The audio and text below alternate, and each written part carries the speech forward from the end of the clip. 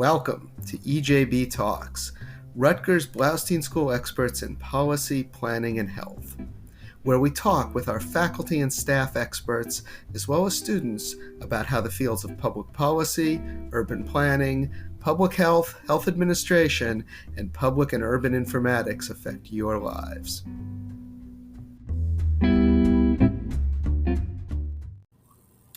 Welcome to another episode of EJB Talks. I'm Stuart Shapiro, the Associate Dean of the Faculty at the Bloustein School, and the purpose of this podcast is to talk with my colleagues and our alumni about issues affecting people in New Jersey, the United States, and the world.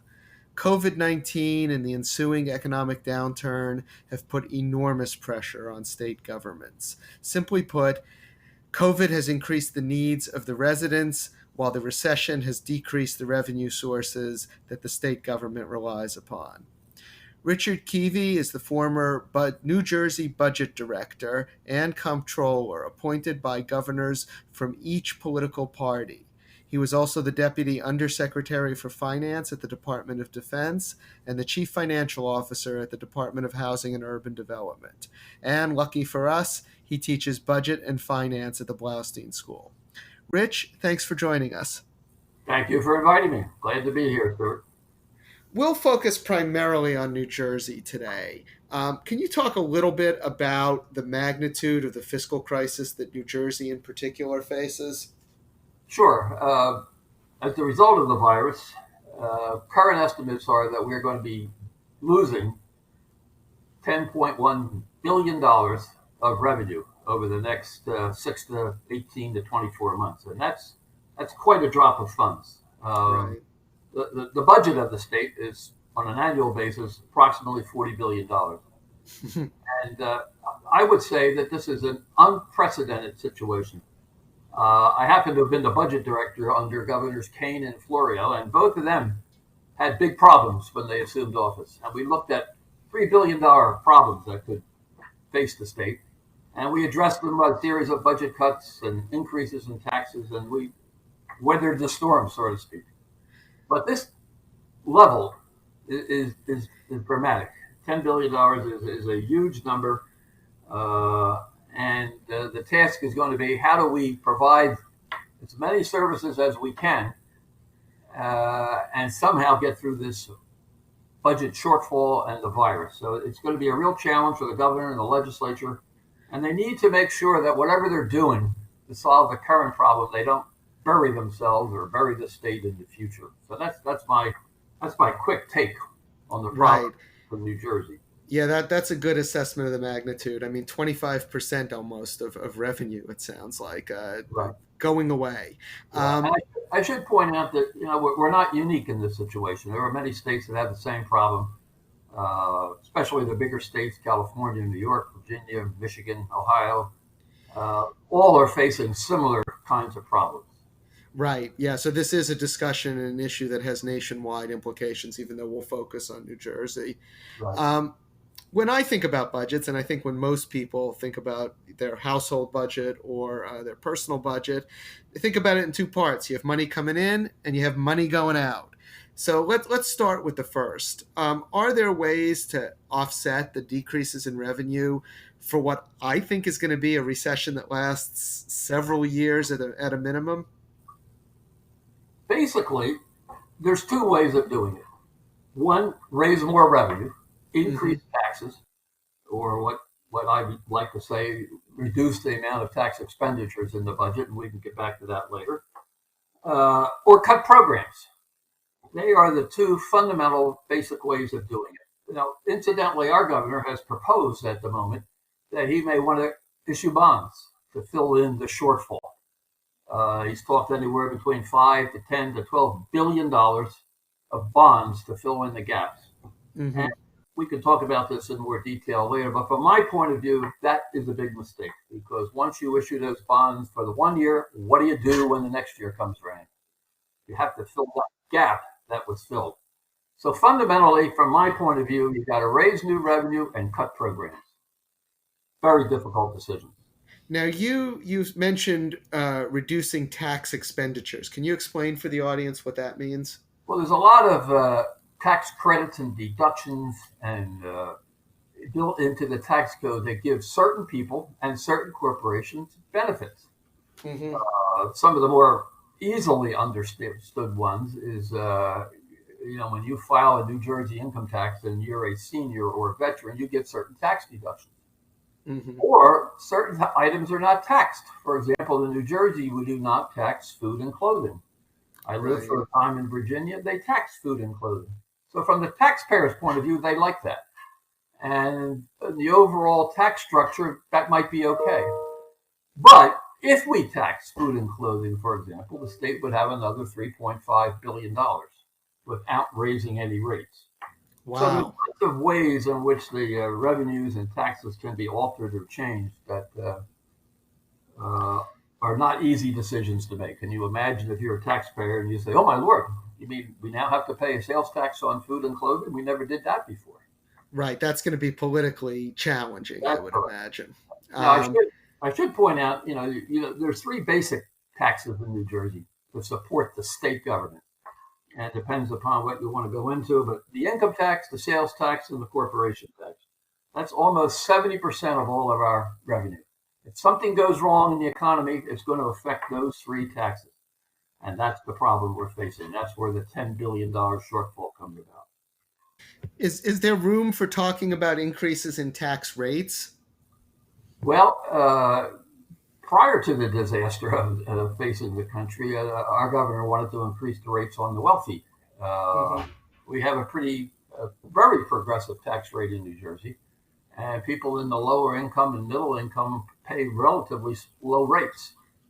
And as you work your way up towards $1 million, you pay a higher rate. And what the governor wanted to do was increase the rate for people over $1 million. So that's always a possibility. And of course, you could increase the rate on the sales tax. Instead of paying 6.75%, we could move it up to 7 or 7.5 or 8. So there's all kinds of options, if you will, if revenues were the solution.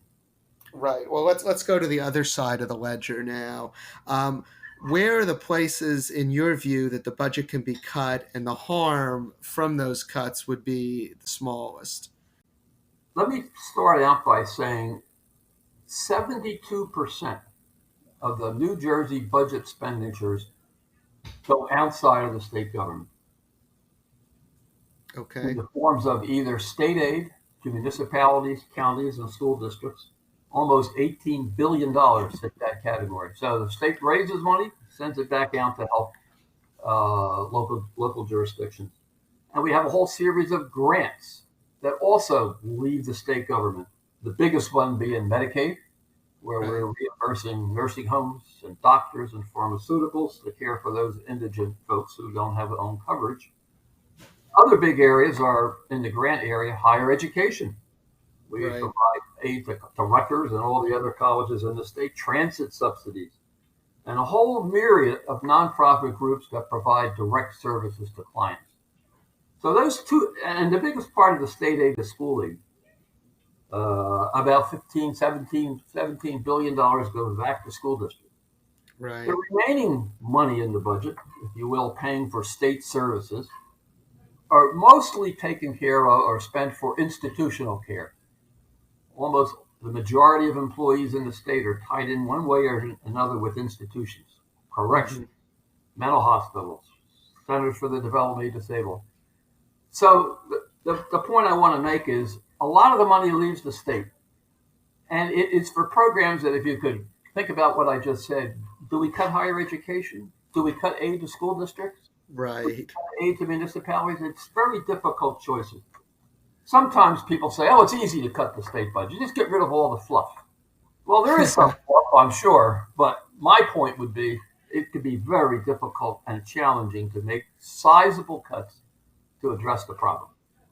Yeah, I was struck as you were listing those areas off. I mean, Medicaid, schools, hospitals, etc. We're talking about groups of people that we as a society, many of us think at least, should be the focus of government effort and government expenditure. And then when you add in COVID-19 and the fact that more people are unemployed as a result of the recession, the need of these people is even greater. So it strikes me that on the budget cut side, there's almost nothing that's not painful. I mean, it'd be nice if there was some waste, fraud, and abuse in there. But like you said, I don't think it's a lot. Most of the money is going to people that probably need it. I think that's true. And that's why the challenge to me as a former budget director was always how do you make these cuts without affecting negatively the people who need it, even things that people take for granted, motor vehicle operations, state police filling up cracks on the road, building new roads, etc., etc. Right. Take up some money, and it's hard to make cuts. Yeah. However, the general public is suffering problems. So there's no doubt that the state needs to make cuts. Right. For example, there's a salary increase built in for all state employees beginning next year. My view says, well, you can't get it. The problems are so big, we can't possibly be giving you salary increases when your fellow New Jerseyans are losing their jobs. Right. Another big area, which we might get to later, is the pension problems. How do we fund them properly in the face of losing all this money? So these are challenging areas for making reductions.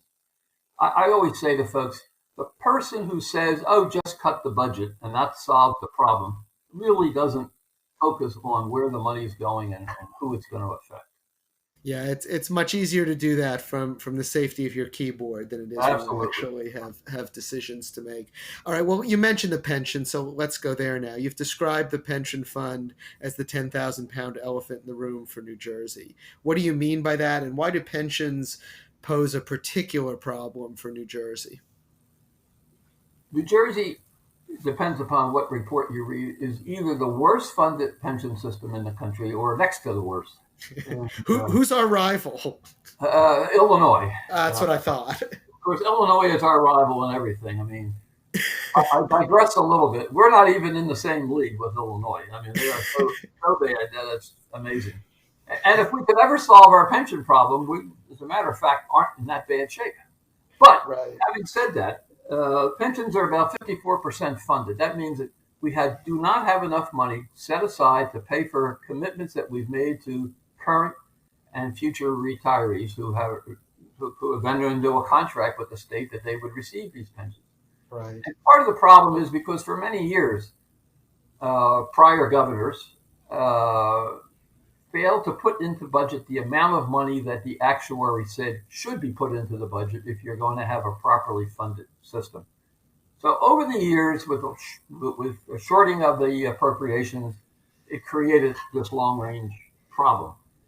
And I also want to point out, so folks sometimes don't focus on this, when we talk about funding of the pension system, it's not only the state employees, but the state pays for the local government, the school district share. So all teachers who are retiring, their school districts doesn't pay for their pension, the state does. I see. Same with health benefits. I digress a little bit, but most people think about pensions. I also talk about retirement health benefits. The state pays for the teachers' retirement benefits. The state contributes to the higher education retirement system. So you add all those together, and we're talking about really big numbers. If we were funding the pension system properly, we would have to put in $6.5 billion in this year's budget. Wow. And we're not near that number. The governor, before the disaster hit, was looking at about 4.2, which is pretty good. That would have been a good increase compared to 5, 6, 7 years ago. So I did phrase this as the 10-pound, 100-pound, 1,000-pound, million-pound gorilla, because it is really a problem for the state. We're not unique, but we lead the league. And these are contractual obligations. I mean, it's not like we can say, oh, we're not going to pay you. I mean, eventually these obligations are going to have to be paid. That's correct. Now we can change pension law. That is not a negotiable item. Health benefit is negotiable. Okay. So pensions could be changed. In fact, Governor Christie made a proposal to make these changes. Senate President Sweeney has made proposals to make these changes. Now, Sweeney's proposals would affect only new employees. We would Uh-huh. change the pension system to a what's called a defined contribution system as opposed to a defined benefit. But Right. I'd be getting into the weeds if we went further than that, other than to say this is the big problem. Yeah, if you do something that just helps new employees, they're not going to retire and get their pensions for a long time. I mean, That's we have a problem much before they face retirement. correct. Um, So let me touch on, I mean, one thing that could help the state would be the feds. Certainly in Washington, much of the debate over another stimulus package involves help to the states. Is that something the feds should be doing, or the feds have other concerns that they need to be watching as they think about budgets? Unlike New Jersey, the feds can print money. That's right. Um, we have no loss of revenue or no loss of debt in this country. We have long-term debt is quite large. But yes, I think the federal government has got to step in. To date, they've provided New Jersey with about $2.8 billion to help with the costs associated with the virus. And they provided some almost 400, 500, 600 million dollars to New Jersey Transit. And they've provided some minimal amounts to municipalities and school districts. But to solve the problem that New Jersey has and many other states, Right. I'm of the idea that they need to issue some more debt and provide direct state aid to municipalities and states across the country. In any given number, New Jersey would wind up with maybe 3.5% of the total amount that's allocated.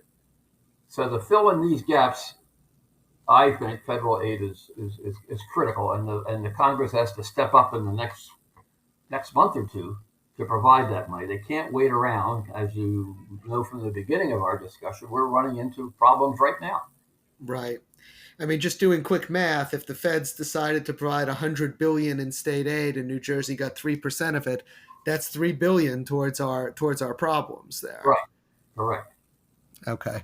Yeah, it seems to me that, one always hates to have let's look to Washington for answers as our solution, but it does seem in this case, and you can correct me if I'm wrong, that that's got to be an important component of however we get out of this crisis. That's correct. They can legitimately print money. States, in my point of view, should only be borrowing for capital purposes. And Mm-hmm.